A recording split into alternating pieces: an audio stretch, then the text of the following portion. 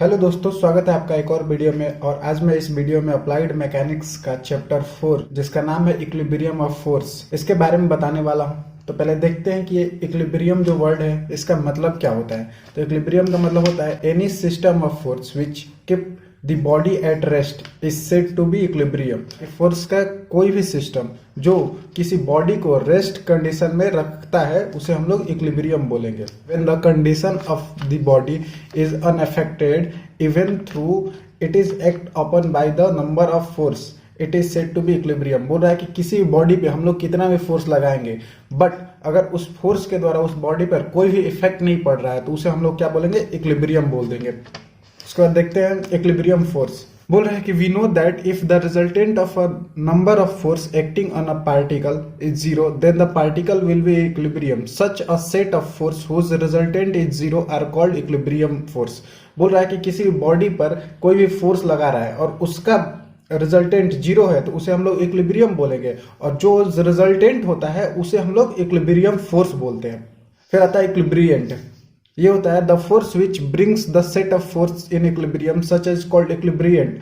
then the magnitude of equilibriant is equal to the magnitude of resultant force but its direction is opposite। बोल रहा है कि जो equilibrium force होता है उसे इक्विलिब्रिएंट बोलते हैं, बट इक्विलिब्रिएंट क्या होता है ना कि इक्विलिब्रियम फोर्स जो कि रिजल्टेंट होता है उसके अपोजिट डायरेक्शन में लगता है उसे हम इक्विलिब्रिएंट बोलेंगे।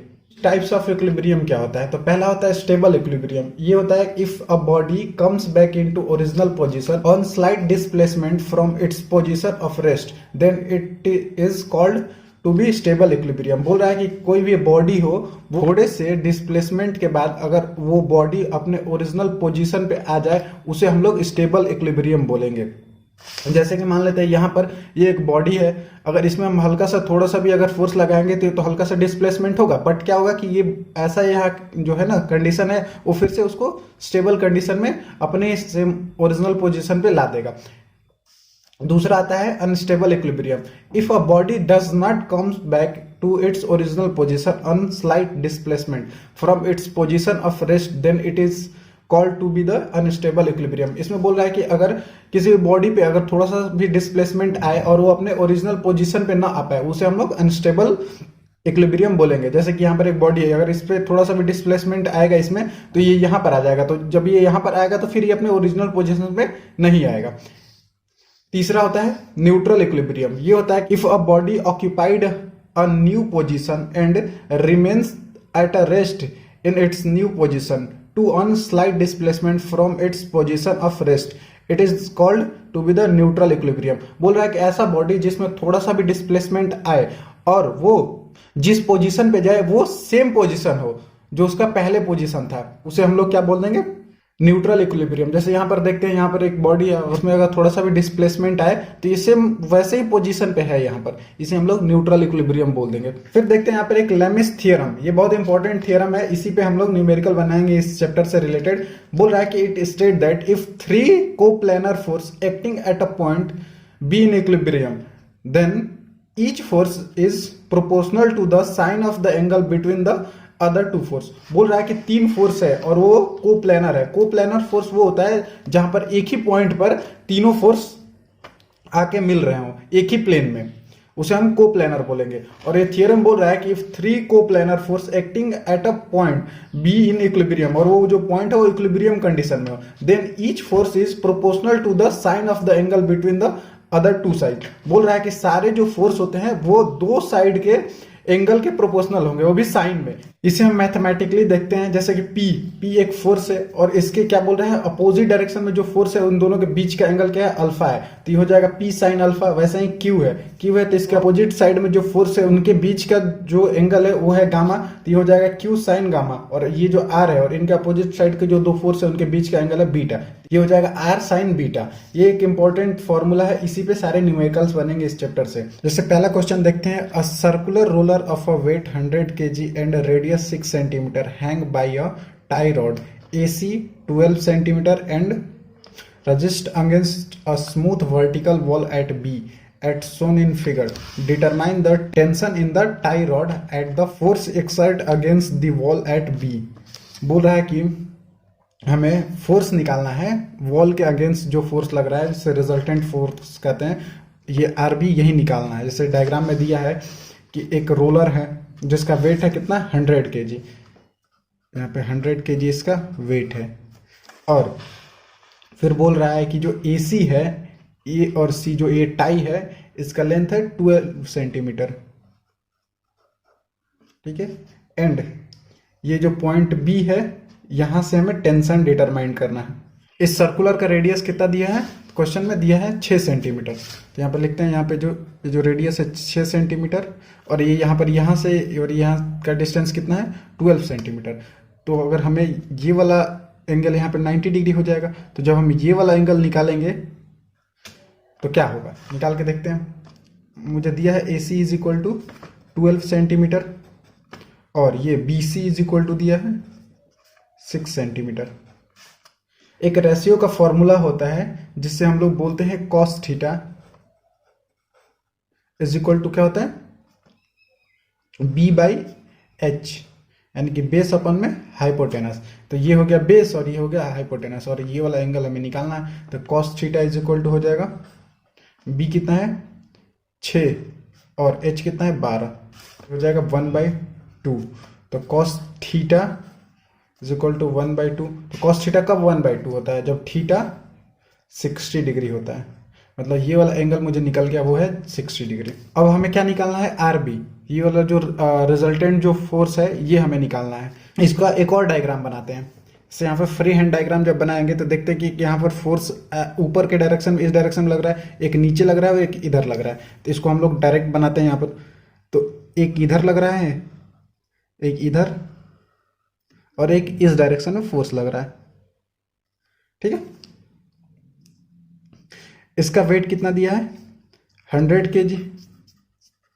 इसको हम लोग अगर न्यूटन में चेंज करेंगे तो ये हो जाएगा 1000 न्यूटन। और ये हो गया आर बी जिसे हमें निकालना है,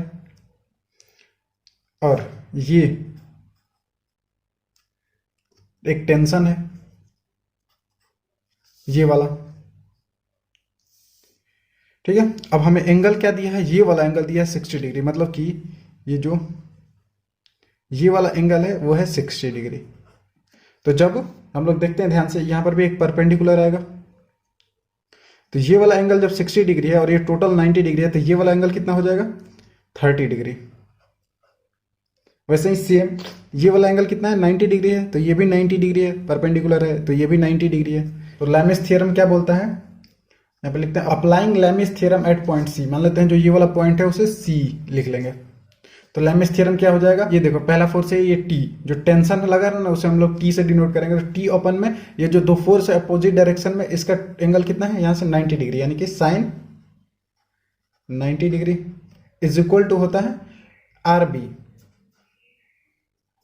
अपन में इन दोनों के बीच का एंगल कितना है, तो ये देखो यहाँ से यहाँ तक कितना है 90 डिग्री, और यहाँ से यहाँ तक कितना है 60 डिग्री। तो 60 और प्लस 90 कितना होता है 150, sine 150 degree is equal to तीसरा क्या है, ये जो वेट है इसको हम लोग W से डिनोट कर देते हैं। तो W अपन में कितना हो जाएगा साइन, और इसका अपोजिट में दो एंगल है कि ये और ये, तो कितना है यहां से यहां तक का 90 है और ये 30 है, तो 90 और प्लस 30 कितना है 120।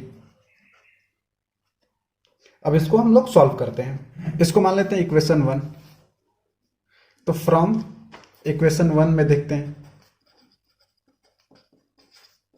क्या है कि ये इसके इक्वल है और ये इसके इक्वल है, मतलब कि ये इसके भी इक्वल होगा। तो एक एक करके निकालते हैं। पहले ये क्या करते हैं कि इसको इसके इक्वल कर देते हैं, यानी कि टी अपन में साइन 90 इज इक्वल टू ये W अपन साइन 120।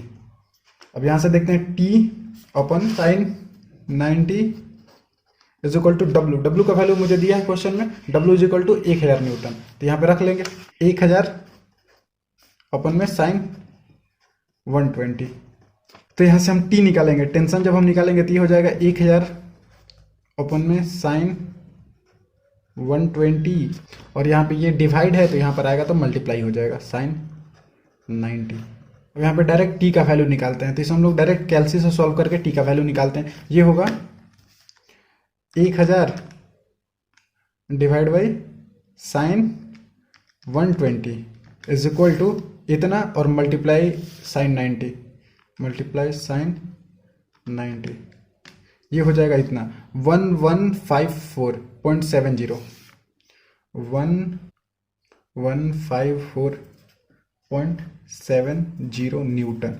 यहाँ पर टी का वैल्यू निकल गया, यानी कि इसको लिख सकते हैं tension in rod is equal to कितना टेंशन आ रहा है, 1154.70 न्यूटन। एक ये आंसर हो गया। अब हमें लेकिन मेन हमें क्या निकालना है, आरबी निकालना है।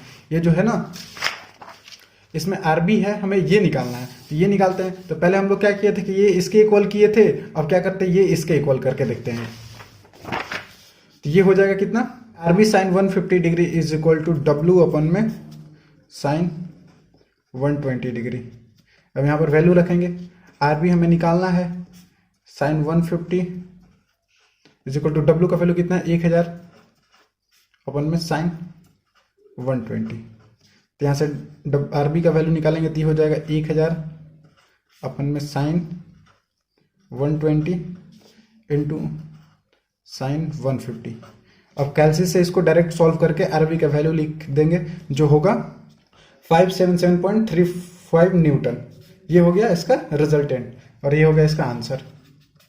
एक और क्वेश्चन देखते हैं। An electric light fixture weighing 15 newton hangs from a point C by two string AC and BC, then string AC is inclined at 60 degree to the horizontal and BC at 45 degree to vertical, determine the force in the string AC and BC।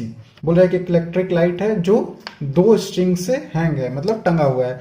जैसे कि पहले diagram बनाते हैं, मान लेते हैं ये एक लाइट है जिसका वेट है 15 न्यूटन। उसके बाद ये दो स्ट्रिंग से हैंग है, मतलब कि मान लेते हैं कि ये है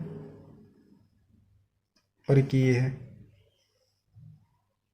तो पहला बोल रहा है कि the string AC is inclined at 60 degree the horizontal. जो AC है ये मान लेते हैं C पॉइंट है और ये मान लेंगे कि A पॉइंट है। ये हॉरिजॉन्टल से 60 डिग्री है। ये हो गया हॉरिजॉन्टल, हॉरिजॉन्टल हो गया। तो इससे ये 60 डिग्री है।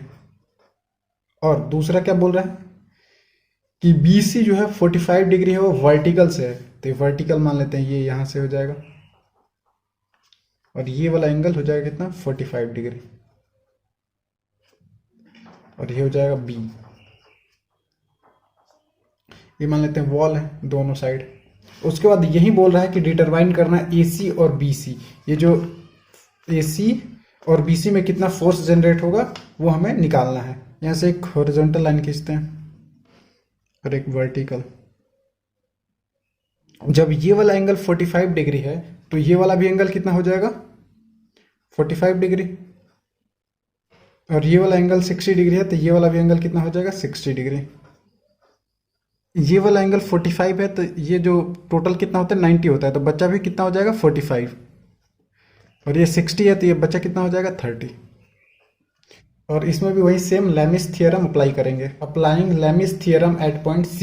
लैमिस थ्योरम का फॉर्मूला क्या होता है कि जब कोई तीन फोर्स हो वो कोप्लानर हो तो उसका एक जो फोर्स होगा दो फोर्स के साइन एंगल के प्रोपोर्शनल होगा। तो लिखते हैं, जैसे मान लेते हैं ये एक फोर्स W है तो ये हो जाएगा W अपन में, और इसके अपोजिट में एक ये फोर्स है और एक ये फोर्स है, और इन दोनों के बीच का एंगल कितना है 45 और 30। तो 45 और 30 कितना होता है साइन 75 इज इक्वल टू। अब इसके बाद देखते हैं ये A, तो A अपन में, और फिर ये और इन दोनों के बीच का एंगल कितना है 45 और ये टोटल कितना है 90, यानी कि 45 और 90 कितना होता है sine 135 is equal to same ये B ले लेंगे, B अपन में इन दोनों के बीच का एंगल 60 और 90 हो जाएगा साइन 150। अब क्या करेंगे, पहले एक एक करके सॉल्व करेंगे। मान लेते हैं कि ये इसके इक्वल है तो ये इसके भी इक्वल होगा, तो पहले हम ये इन दोनों को लेते हैं। तो पहले इन दोनों को लेंगे तो क्या हो जाएगा W अपन में sine 75 is equal to A upon में साइन 135। वैल्यू रखेंगे तो हो जाएगा 15 upon sine 75 is equal to A का वैल्यू निकालना हमें अपन में साइन 135। यहाँ से अगर e का वैल्यू निकालेंगे तो इसको कैलसी से सॉल्व करेंगे। देखते हैं कैलसी से कैसे सॉल्व होगा।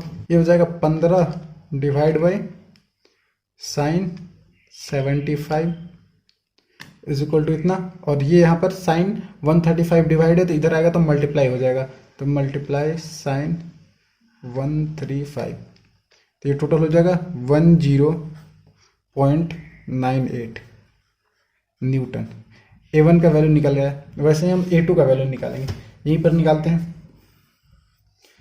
पहले इन दोनों को लेते हैं, अब क्या करते हैं इसको और इसको लेते हैं, तो ये हो जाएगा W upon sine 75 is equal to B upon sine 150। वैसे ही W का वैल्यू है 15 sine 75 is equal to B upon sine 150। तो यहाँ से B का वैल्यू निकालेंगे तो हो जाएगा 7.76 न्यूटन। ये हो गया आंसर दोनों का। एक और क्वेश्चन देखते हैं। A body of 65 kg suspended bye two string of length 50 cm and 120 cm attached to point in same horizontal line and 130 cm apart. Find the tension in a string. बोल रहा है कि एक बॉडी है जिसका wait है 65 kg और वो एक हॉरिजॉन्टल लाइन जिसका लेंथ है 130 सेंटीमीटर उससे अटैच्ड है, और एक साइड से कितना 50 सेंटीमीटर से अटैच्ड है और दूसरे का लेंथ कितना है 120 सेंटीमीटर। तो हमें बोल रहा है कि जो स्ट्रिंग है जिससे अटैच्ड है उसमें कितना टेंशन जनरेट होगा, ये हमें निकालना है। तो निकालते हैं, लिखते हैं सॉल्यूशन। पहले हम लोग क्या करते हैं कि एंगल निकालते हैं, क्योंकि लेमेंस थ्योरम को अप्लाई करने के लिए हमें एंगल की जरूरत है। यहाँ पर देखते हैं कि ये फोर्स है, एक ये फोर्स है, एक ये 3 को प्लेनर फोर्स है, बट इनके बीच का एंगल हमें नहीं पता है, तो वही हमें निकालना है। यहाँ पे एक हॉरिजॉन्टल लाइन खींच लेंगे और एक यहाँ पे एक वर्टिकल। अब देखते हैं कि एंगल कैसे निकाल लें। क्या करते हैं कि इस ट्रायंगल का हमें तीनों साइड दिया है, तो देखते हैं कहीं ये ट्रायंगल राइट एंगल ट्रायंगल तो नहीं ना बन रहा है, तो ट्राई करते हैं पाइथागोरस थ्योरम पे रख के। तो पाइथागोरस थ्योरम क्या होता है, h square is equal to P square plus B square. इस पे रखते हैं, फिर देखते हैं, मान लेते हैं ये h है, बड़ा वाला साइड रख लेते हैं 130 का square is equal to P square, P को मान लेते हैं 120 का स्क्वायर प्लस बी है 50 का स्क्वायर। देखते हैं 130 का स्क्वायर कितना होता है, ये होता है 16900, और ये होता है 120 का स्क्वायर होता है 14400 प्लस 50 का स्क्वायर होता है 2500। अब इधर तो आ गया 16900, और इन दोनों को जोड़ते हैं तो ये भी हो जाएगा कितना 16900, यानी कि यहाँ पर हम लोग देख सकते हैं जो एच स्क्वायर है वो P square plus B square के बराबर है। यानी कि हम लोग बोल सकते हैं जो ये वाला एंगल है, जो ये कर्ण हाइपोटेनस के सामने वाला ये जो एंगल है वो राइट एंगल है, मतलब कि angle A C B, angle A C B is equal to बोल सकते हैं 90 डिग्री है।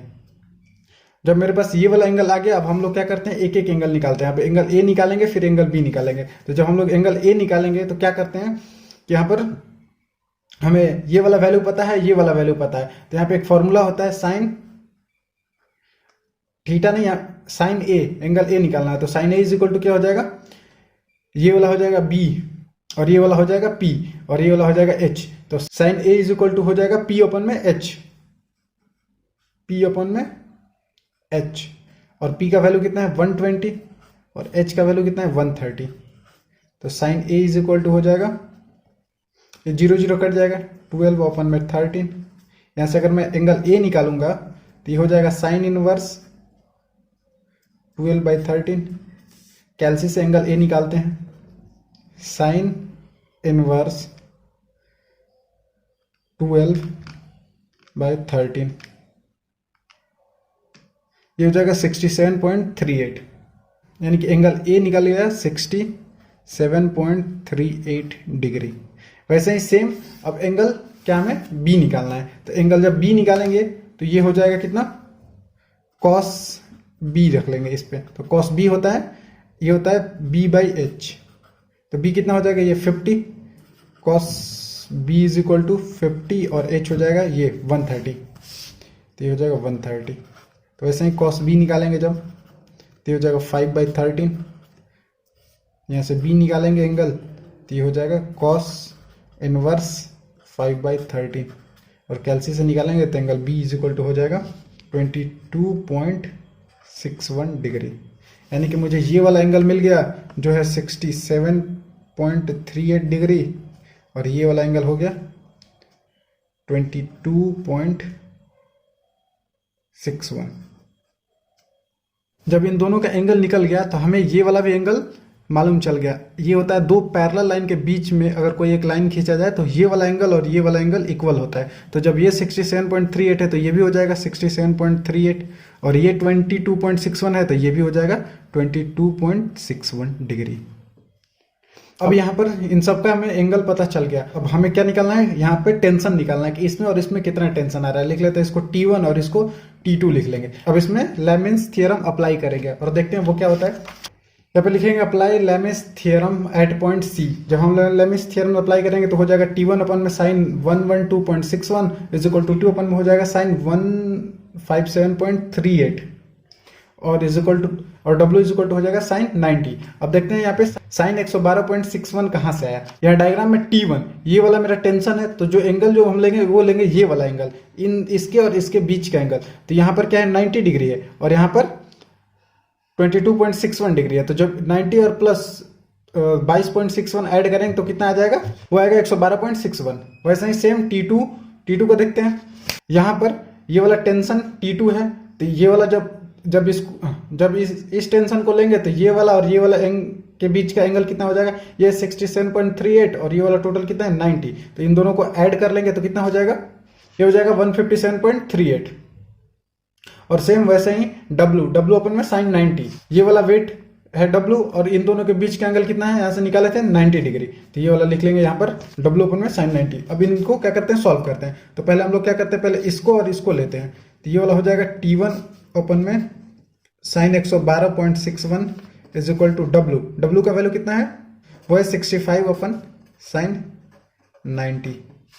यहाँ से T1 निकालेंगे तो ये हो जाएगा 65 अपन साइन 90 डिग्री इंटू, जब डिवाइडेड तो इधर मल्टीप्लाई हो जाएगा साइन 112.61। अब यहाँ से T1 का वैल्यू इज इक्वल टू हो जाएगा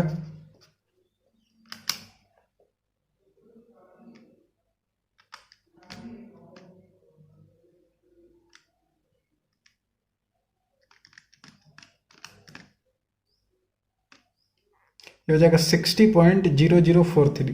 तो इसको हम लोग डायरेक्ट लिख सकते हैं 60 किलो न्यूटन। T1 का वैल्यू निकाला है, वैसे ही T2 का वैल्यू निकालेंगे तो अब इसको और इसको लेते हैं। ये हो जाएगा T2 upon sine 157.38 is equal to W upon sine 90। इन दोनों को लिए हैं, इसको और इसको। अब इसको सॉल्व करते हैं तो T2 इज इक्वल टू हो जाएगा W की जगह 65 अपन साइन 90 इंटू, ये इसको इधर मल्टीप्लाई कर देगा तो हो जाएगा साइन 157.38। तो T2 का वैल्यू यहाँ से निकल आएगा जो होगा 25 किलो न्यूटन। यानी कि हमारा टेंशन 1 निकल आया। टेंशन 1 कितना आया था 60 किलो न्यूटन, और टेंशन 2 यानी कि T2 आया था 25 किलो न्यूटन। ये दोनों हो गया आंसर। इस वीडियो में बस इतना ही करते हैं और अगले वीडियो में मैं इसी चैप्टर के कुछ और न्यूमेरिकल्स लेकर के आऊंगा। तब तक के लिए धन्यवाद।